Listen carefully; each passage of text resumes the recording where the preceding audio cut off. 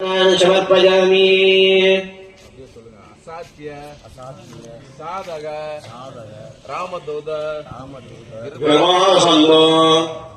யாராலும் சாதிக்க முடியாத சகலவிதமான காரியங்களை எல்லாம் சாதிக்க வல்லவரான எங்கள் குல தெய்வமே, வெள்ளிமலை ஆண்டவரே, கருப்பண்ண சுவாமியே, தொட்டிச்சாமியே, விநாயகப் பெருமானே, நீங்களும் எங்களுடைய எல்லா விதமான சகல விதமான காரியங்களை எல்லாம் சாதித்து ரட்சித்து தருவீர்களாக.